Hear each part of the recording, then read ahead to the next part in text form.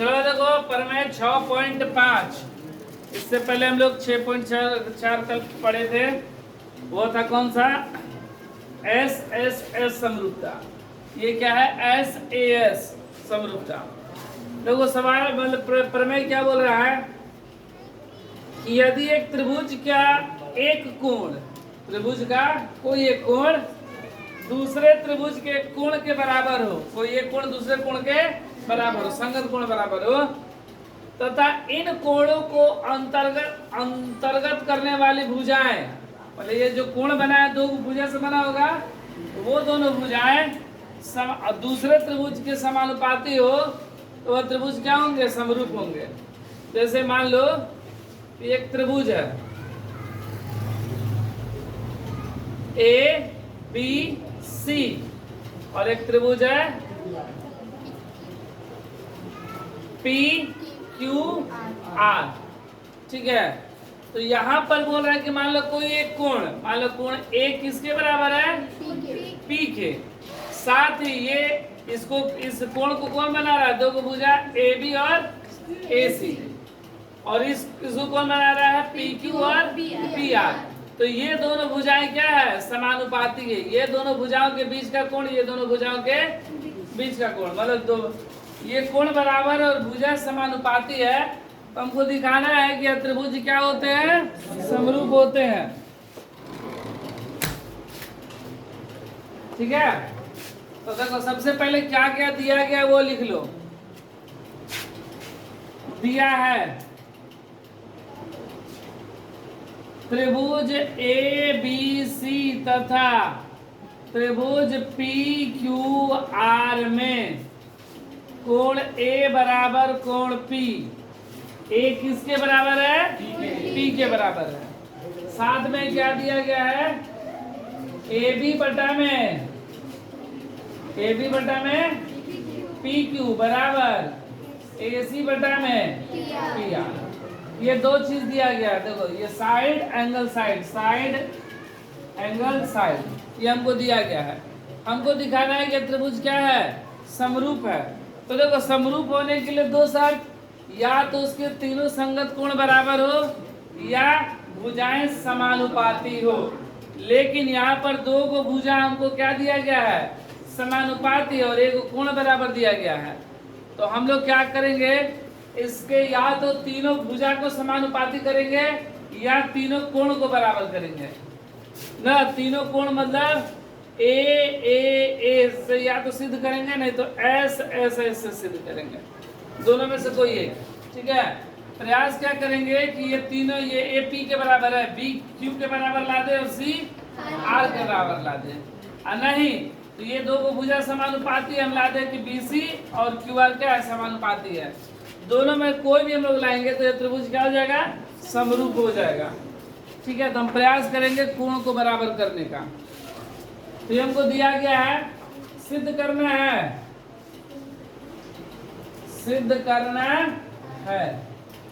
क्या सिद्ध करना है? कि त्रिभुज ए बी सी समरूप त्रिभुज पी क्यू आर, ठीक है। इसके लिए हम लोग रचना करेंगे। क्या करेंगे? रचना क्या करेंगे कि मान लो कि ये ए बी त्रिभुज में ए बी सी त्रिभुज में ए बी भुजा छोटा है और इस पी क्यू आर त्रिभुज में पी क्यू भुजा बराबर है, बड़ा है। तो ए बी के बराबर यहाँ पर बिंदु हम लोग ले लिए। कौन? कोई एक बिंदु का नाम यहाँ पर ले रहे हैं। एक बिंदु यहाँ पर क्या नाम ले लें? एम और एन। पी क्यू तो दिखाए हुआ पहले, और एम को एन से मिला, ठीक है। तो रचना में लिखेंगे त्रिभुज ए बी सी नहीं, पी क्यू आर ना। त्रिभुज पी क्यू आर में पी क्यू भुजा पर बिंदु एम तथा पी आर भुजा पर बिंदु एन इस प्रकार लिया कि ए बी बराबर पी एम तथा ए सी बराबर पी एम। इस प्रकार लिया। ठीक है, और m तथा n को मिलाया, m तथा n को मिलाया। अब देखो प्रमाण,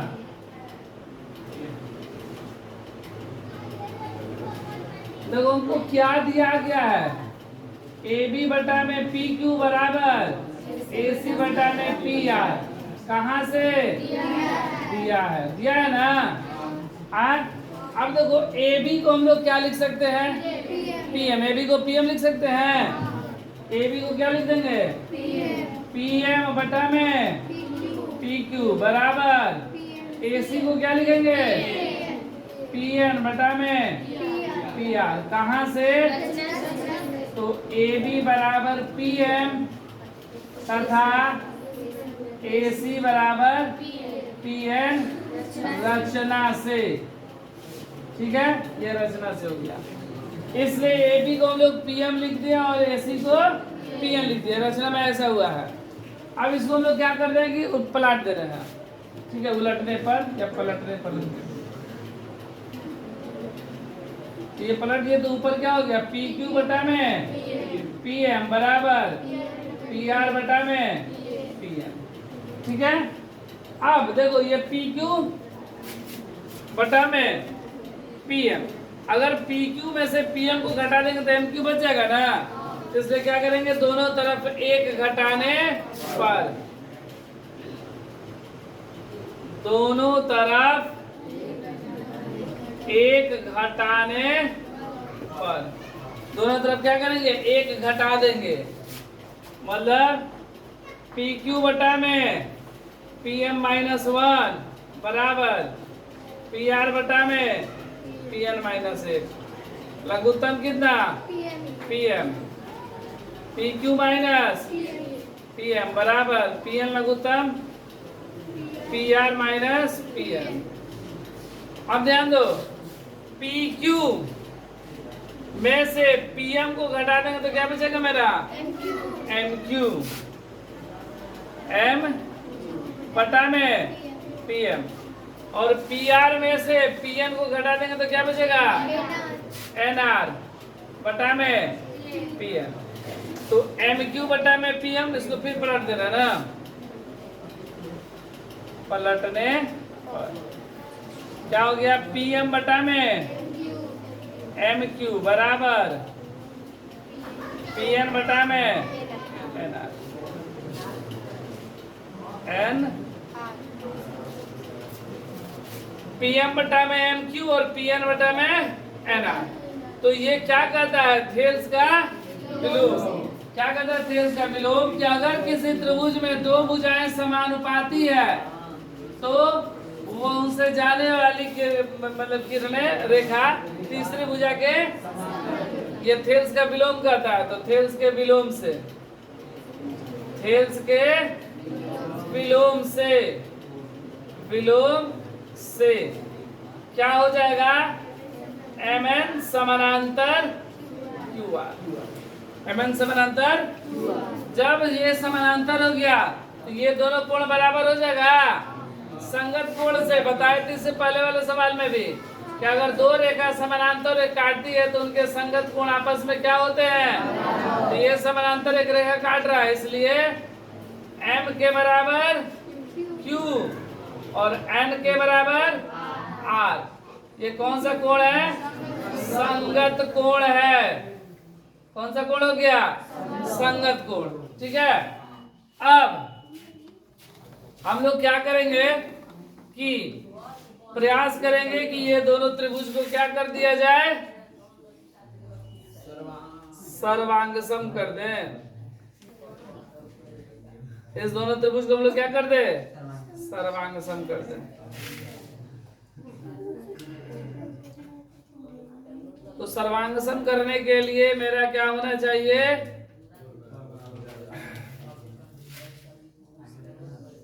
चलो सर्वांगसम कर दे रहे हैं। त्रिभुज A B C, A B तथा त्रिभुज पी एम एन, त्रिभुज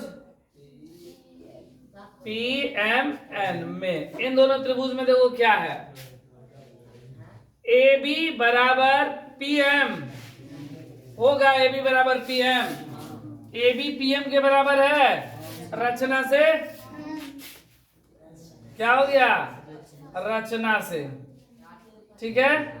उसके बाद कोण ए बराबर है पी, क्या चीज है, दिया है। उसके बाद AC बराबर है पीएन का, AC बराबर पीएन, क्या चीज है, रचना से। तो देखो क्या हो गया, साइड एंगल साइड, SAS सर्वांग समता से, सर्वांग समता से। ये सर्वांग समता से क्या हो गया, त्रिभुज सर्वांग सम हो गया। अगर त्रिभुज सर्वांग सम तो संगत कोण बराबर और संगत भुजाएं भी बराबर। तो क्या हो जाएगा, त्रिभुज ABC सर्वांग सम त्रिभुज PMN, त्रिभुज सर्वांग सम। इसको समीकरण 1 ले रहे हैं, ठीक है। सर्वांग सम हो गया। तो अगर सर्वांग सम तो CPCT से क्या हो जाएगा, कोण B के बराबर कोण M हो जाएगा, BM के बराबर, और कोण C N के बराबर। ये हो गया समीकरण 2। समीकरण 1 और 2 में देखा जाए तो M यहाँ Q के बोल रहा है और M B के बराबर बोल रहा है। इसका मतलब B और Q आपस में क्या है, बराबर है। तो समीकरण 1 तथा 2 से कोण B बराबर कोण Q हो गया, और उसके बाद कोण C बराबर R हो जाएगा, कोण C बराबर R, क्योंकि NN बराबर तो CR बराबर। अब ध्यान दो, त्रिभुज ABC में A के बराबर P दिया है, पहले ही बोल दिया गया था ना कि इसके कोण बराबर है, तो A के बराबर P दिया गया है, B के बराबर Q आ गया, C के बराबर R आ गया। इसको ले लो समीकरण 3, ठीक है। अब त्रिभुज ABC तथा त्रिभुज PQR में कोण A के बराबर P कहां से दिया है, कोण B के बराबर कोण Q और कोण C के बराबर कोण R। ये क्या है, समीकरण 3 है, समीकरण 3 है ना। तो ये देखो तीनों एंगल बराबर, मतलब ए समरूपता, समरूपता से त्रिभुज ABC समरूप त्रिभुज PQR, ये दोनों त्रिभुज क्या हो गए आपस में समरूप। हमको यही ना सिद्ध कर रहा था कि दोनों त्रिभुज समरूप है। हम क्या बोले थे, या तो कोण बराबर कर देंगे नहीं तो भुजा।